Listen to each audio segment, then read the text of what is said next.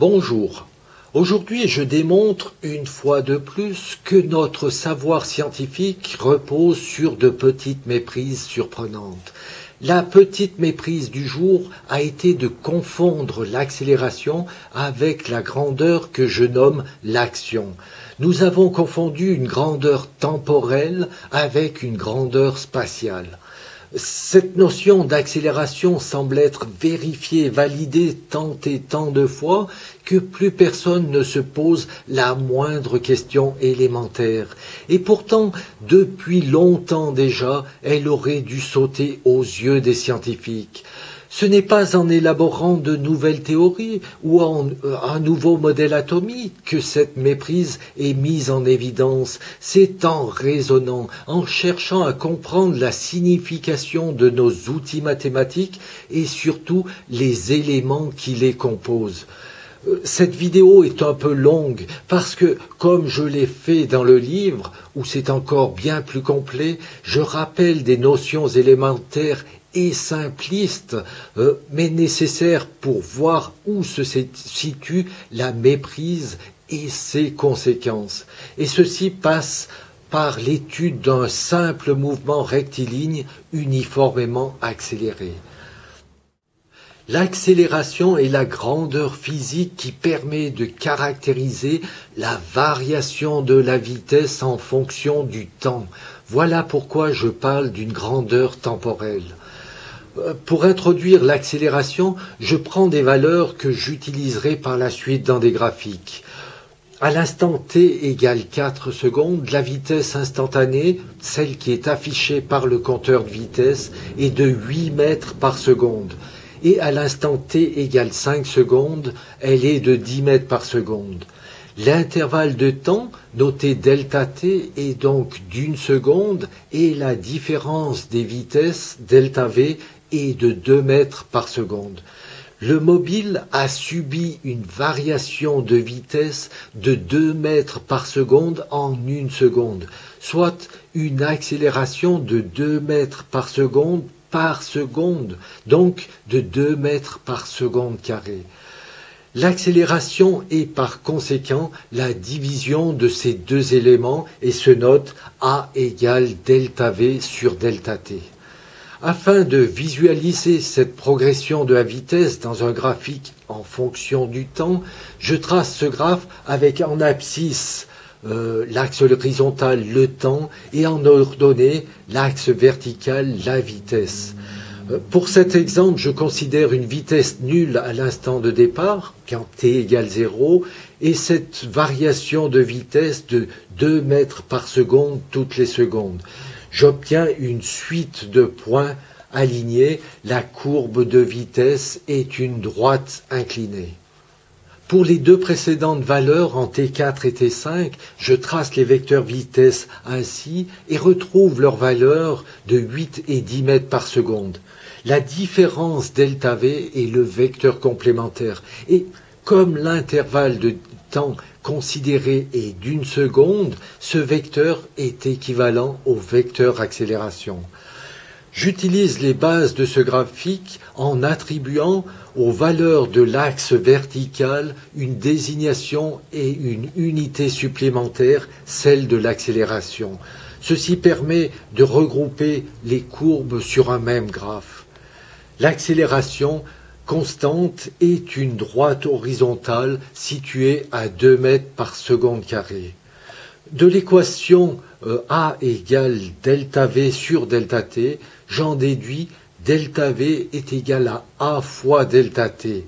Ceci correspond à calculer une surface rectangulaire de hauteur A et de base delta T.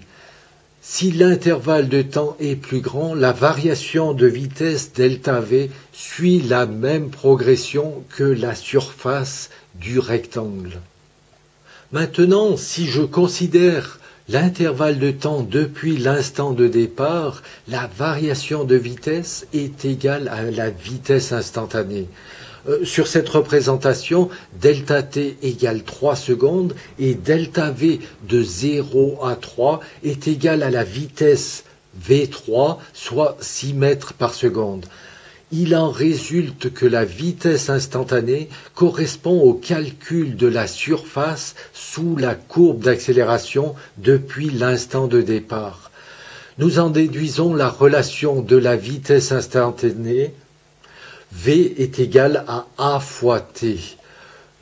La vitesse est égale au produit de l'accélération avec le temps. Maintenant, nous aimerions connaître le chemin parcouru.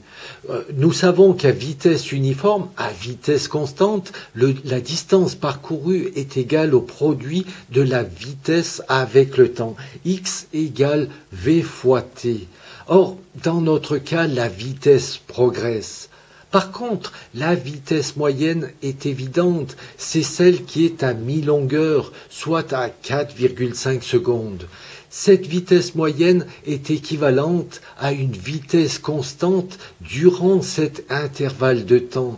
Donc, en la multipliant avec l'intervalle de temps, nous trouvons la distance parcourue lors de cette durée. Donc, delta x de 4 à 5 est de 9 mètres et correspond à la surface grise.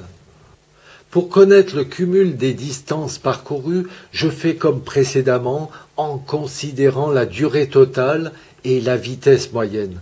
À l'instant t égale 4 secondes, la vitesse moyenne est de 4 mètres par seconde et la distance parcourue est de 16 mètres, correspondant à cette surface rectangulaire ou également à la surface triangulaire de hauteur V4.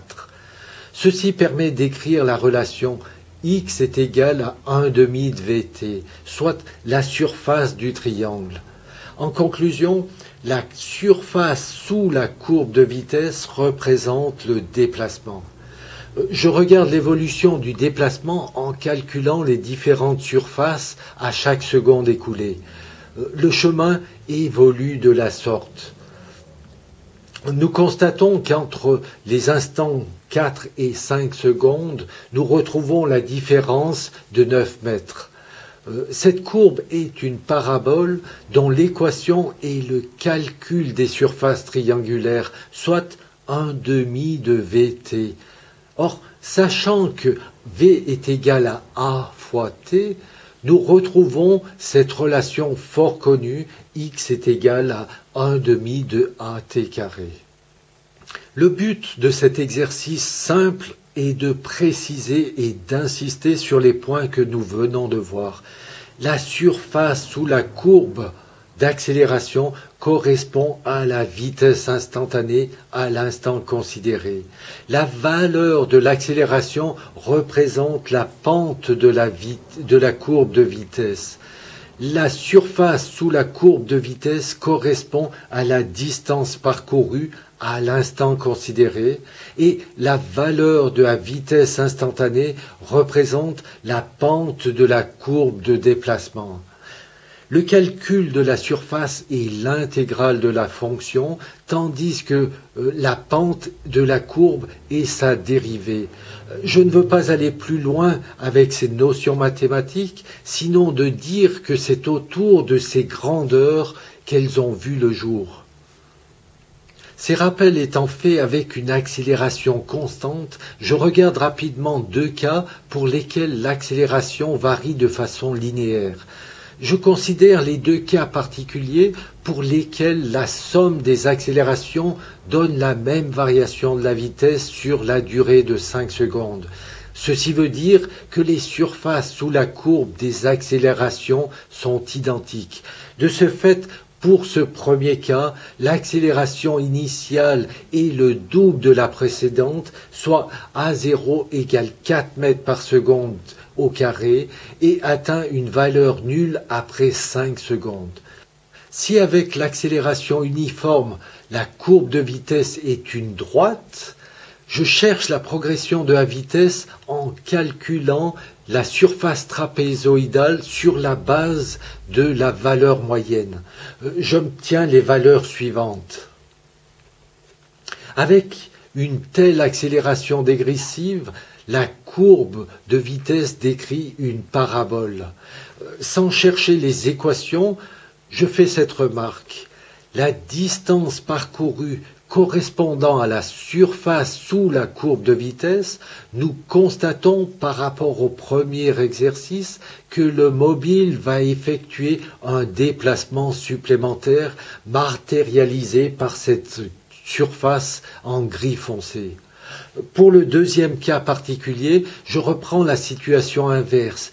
L'accélération passe de 0 à 4 mètres par seconde carré en 5 secondes. Les différents points de la courbe de vitesse se déterminent en calculant les surfaces triangulaires.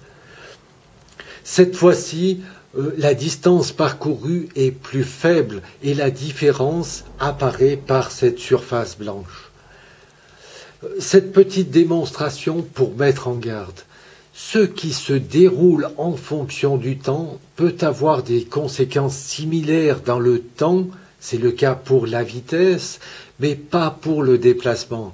Si le déplacement est influencé par la répartition de l'accélération dans le temps, alors regardons ce qui se passe avec ces différentes grandeurs dans un graphe sur lequel l'axe des abscisses est la distance parcourue. Avant, nous avions un repère temporel, tandis que maintenant, c'est ce que je nomme un repère spatial. Je reprends le même mouvement que tout à l'heure en reportant les valeurs du tableau comme ceci. La courbe de progression de la vitesse dans un repère spatial est une parabole pour laquelle je reporte sans plus de commentaires son équation V est égal à racine de 2ax. Maintenant, pouvons-nous tracer, comme précédemment, l'accélération, sachant que si elle est constante dans le temps, elle l'est forcément sur le déplacement. Je la représente, mais nous constatons immédiatement que nous ne pouvons plus déterminer la valeur de la vitesse par le calcul de la surface sous cette grandeur. Le lien entre ces deux grandeurs semble avoir disparu avec cette représentation. Par contre, une autre grandeur parle de l'accélération dans l'espace. Cette grandeur est l'énergie cinétique, encore dénommée, lorsque les frottements sont négligés, le travail mécanique. La valeur du travail mécanique, W, est égale au produit de la force imprimée sur le mobile avec la distance parcourue. Le travail s'exprime en joules et représente la dépense énergétique. Dans le cas où tous les frottements sont négligés, la force imprimée contre le mobile correspond à celle qui l'oppose du fait de la variation du mouvement, à savoir une réaction inertielle, une force d'inertie. Force d'inertie qui se calcule selon la deuxième loi de Newton, F est égal à ma. La force est égale au produit de la masse avec l'accélération. Donc, W est égal à max.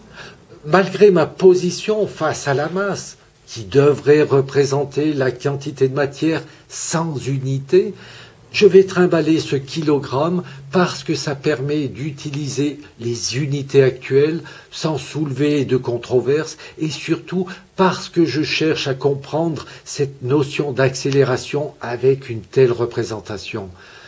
Au niveau des unités, nous avons des kilogrammes multipliés avec des mètres par seconde carré et avec des mètres. Ce sont donc des kilogrammes mètres carrés par seconde carré qui correspondent à des joules.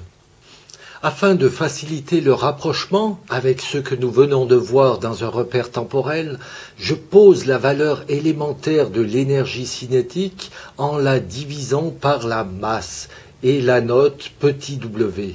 Nous obtenons ainsi petit w égale ax. Je profite de cette occasion pour changer ce terme assez ambigu d'énergie cinétique, comme l'est également le terme de travail mécanique, lequel, lorsqu'il prend en considération les frottements, ne montre plus l'état dynamique du mobile. De ce fait, je parle de potentiel dynamique. Cette expression est plus appropriée car c'est cette grandeur petit w qui, lorsque la force motrice disparaît, permet de prolonger le mouvement, donc d'effectuer un travail en fonction de son potentiel dynamique. Dans la relation W est égal à AX, A correspond à une grandeur qui agit sur le potentiel dynamique en fonction du déplacement, en fonction des X. C'est une grandeur qui s'exprime en quelque chose par mètre et non pas ce quelque chose par seconde. Nous ne devons plus parler d'accélération, mais d'une autre grandeur, celle que je nomme l'action. J'explique un peu plus tard la raison de ce terme qui pourrait porter à confusion et également pourquoi la valeur et l'unité de l'action sont identiques à celle de l'accélération et dans le cas présent de 2 mètres par seconde carrée. L'action est constante sur le déplacement, alors c'est elle qui décrit cette droite horizontale. L'équation du potentiel dynamique, W égale AX, laisse voir qu'il progresse au même rythme que la surface de hauteur A et de base X. En calculant la surface, nous montrons le lien entre le potentiel dynamique et l'action dans ce repère spatial. Donc l'action est une grandeur spatiale, tandis que l'accélération est une grandeur temporelle. Dans l'équation de la vitesse, nous retrouvons les termes AX. Nous en déduisons le lien entre le potentiel dynamique et la vitesse. W est égal à 1/2 de V carré. Comme j'ai fait précédemment avec l'accélération, je fais varier l'action en considérant cette zone restreinte du déplacement sur 5 mètres. La représentation est grandement similaire, sauf que c'est la distance parcourue en abscisse et l'action en ordonnée.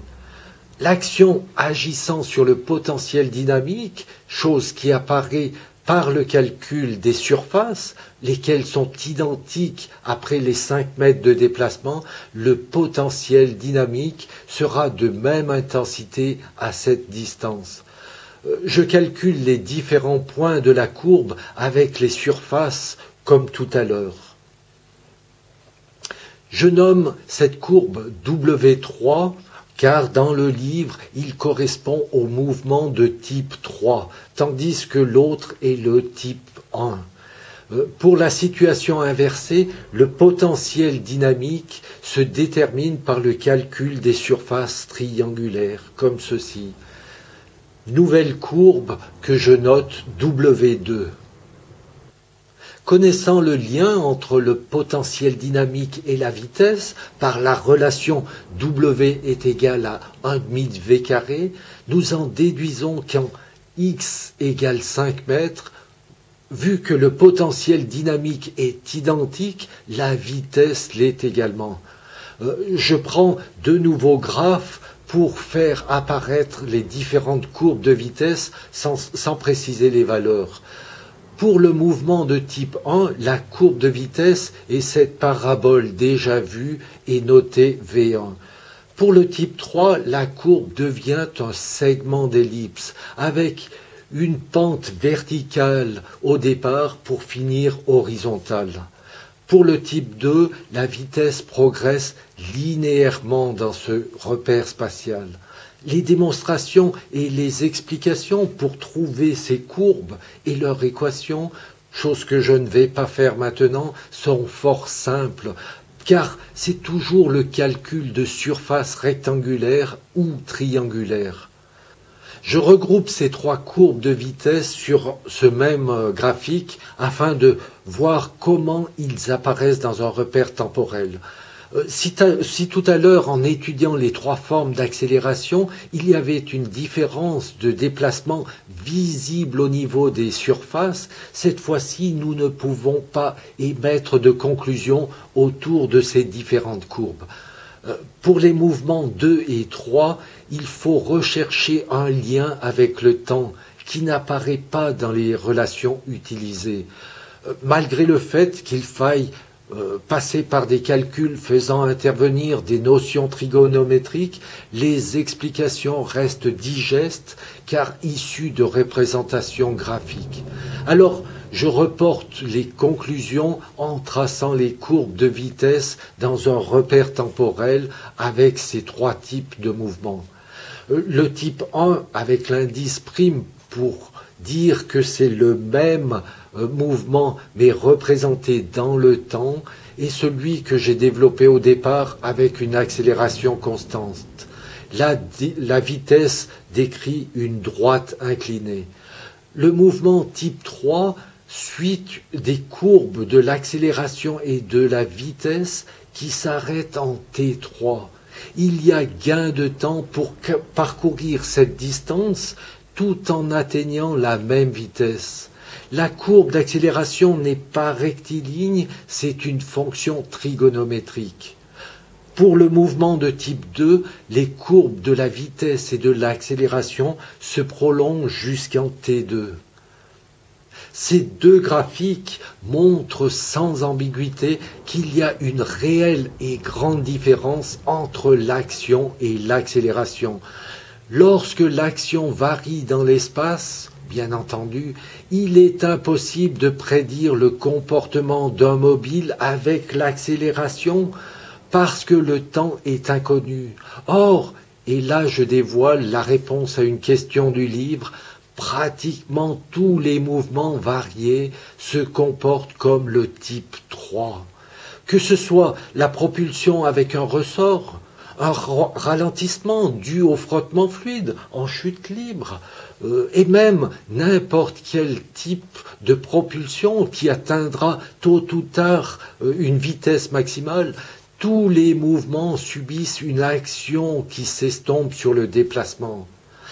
Ou inversement, lors d'un ralentissement, l'action rétrograde au déplacement progresse jusqu'à l'arrêt, ce qui correspond à la suite de ce type de mouvement, type numéro 3. L'accélération est, entre guillemets, un flux de vitesse dans le temps, tandis que l'action, multipliée avec la masse, est un flux énergétique dans l'espace. Dans un cas, ce sont des mètres par seconde, tandis que dans l'autre, ce sont des joules par mètre. L'accélération est la dérivée de la vitesse par rapport au temps, tandis que l'action, ou son produit avec la masse, est la dérivée du potentiel dynamique par rapport à la distance. De ce fait, les unités de base sont semblables, des mètres par seconde carrée, mais leur rôle diffère. Elles n'agissent pas sur les mêmes grandeurs et surtout, leurs variations sont radicalement différentes. Pourquoi ai-je choisi le terme d'action alors qu'une autre grandeur possède déjà cette désignation ? L'action, comme je viens de la définir, est vraiment la grandeur qui met en mouvement un objet, qui le met en action. Ce sont des joules par mètre. La grandeur qui porte actuellement ce nom d'action correspond à des joules secondes. Ça ne représente rien. Ce n'est pas une grandeur physique sensée. Des joules par seconde, ce sont des watts, donc la puissance, ce qu'il faut délivrer dans le temps pour effectuer tel travail ou atteindre tel potentiel dynamique. En multipliant ces watts avec le temps durant lequel cette puissance est délivrée, nous donne des joules, donc l'énergie dépensée.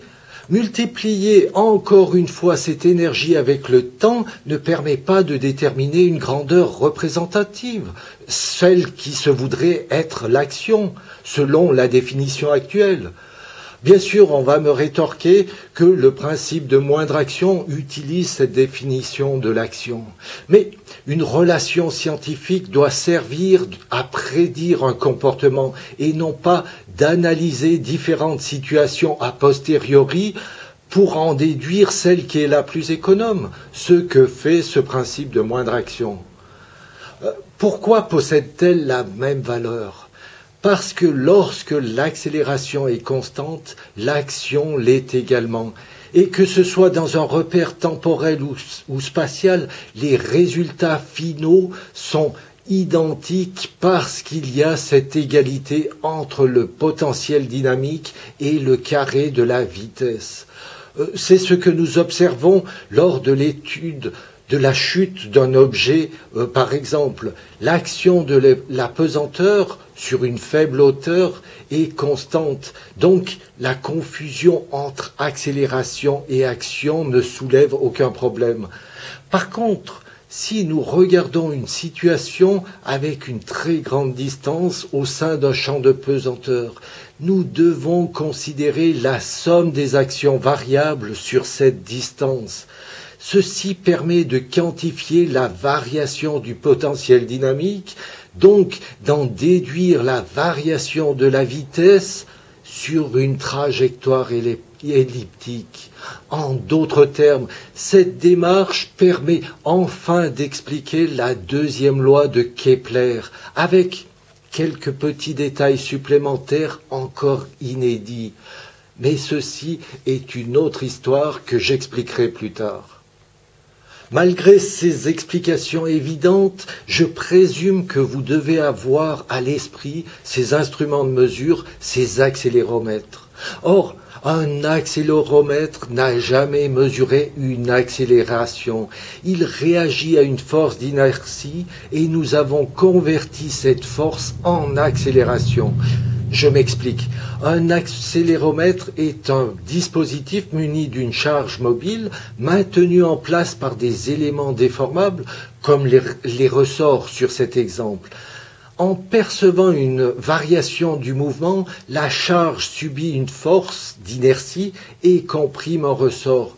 De cette déformation, nous en déduisons l'accélération en appliquant la deuxième loi de Newton. L'accélération est égale à la force d'inertie perçue par l'accéléromètre divisée par sa masse. Pour connaître la force d'inertie que subira une entité, nous utilisons la même loi.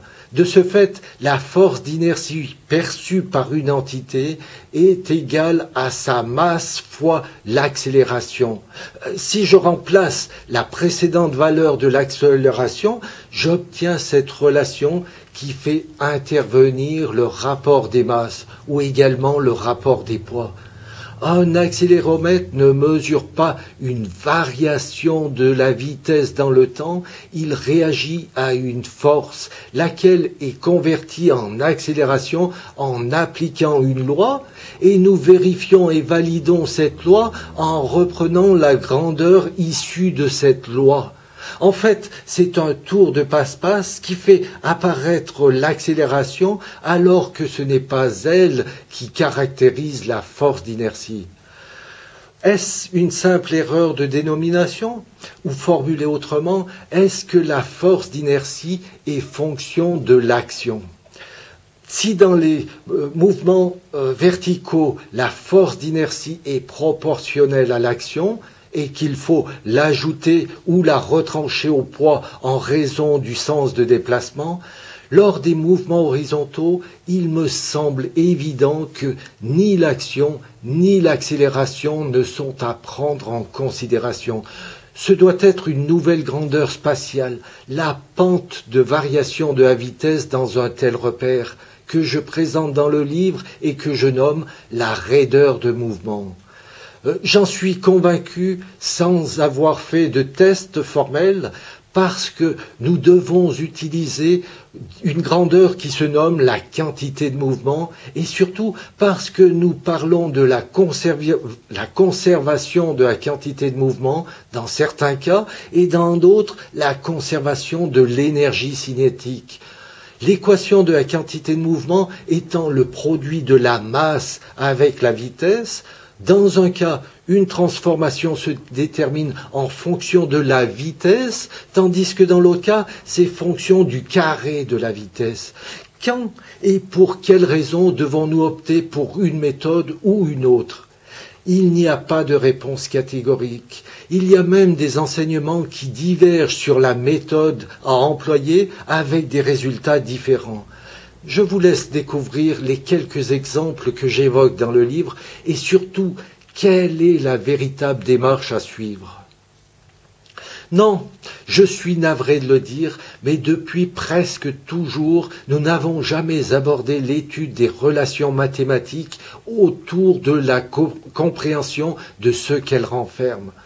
Avec des essais, on cherchait à savoir si l'énergie acquise lors de la chute libre était fonction de la vitesse, de son carré, et s'il fallait ou non diviser par 2.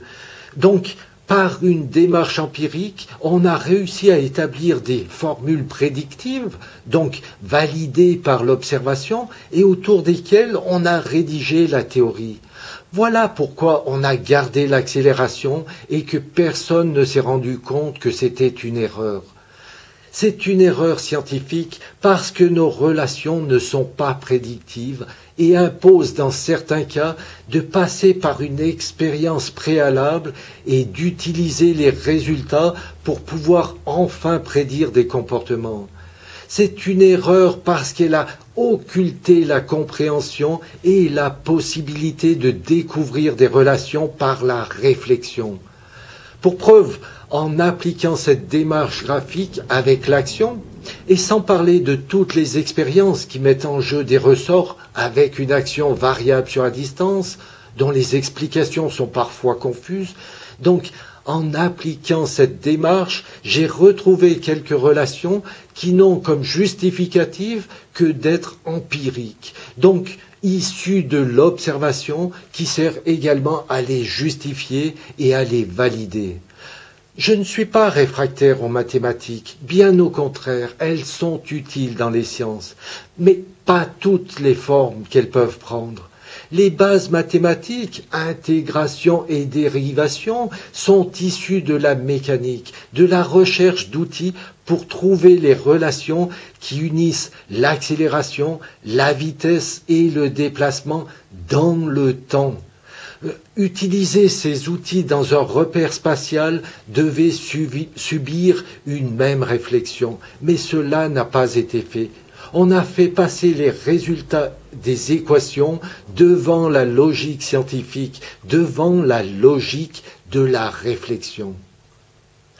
Vous, les scientifiques qui me critiquez si vertement, vous qui dénigrez mes compétences en mathématiques, pourquoi aucun de vous, aucun de vos prédécesseurs, ni même aucun des plus brillants prix Nobel n'avait encore vu cette erreur grotesque de confondre action et accélération? Si vous voulez me donner une leçon, faites-le en démontrant mes éventuelles erreurs, si vous y arrivez. Il faudra pour cela les connaître, enfin daigner les lire et non plus d'agir comme vous le faites. Je suis conscient des limites des maths parce que je le démontre. Je démontre que certaines relations deviennent fausses avec la complexité, surtout lorsque les bases élémentaires sont erronées. Elles peuvent raconter n'importe quoi et il faut être crétin pour les croire et imaginer un monde microscopique différent de notre monde visible. Sans parler de celles qui veulent jouer avec le temps comme une simple variable modifiable. Les mathématiques vont bien au-delà du monde du réel, du monde des sciences de la nature. Alors il faut savoir faire la part des choses entre ce qui est censé et ce qui ne l'est plus. Je vous remercie de votre attention et à une prochaine.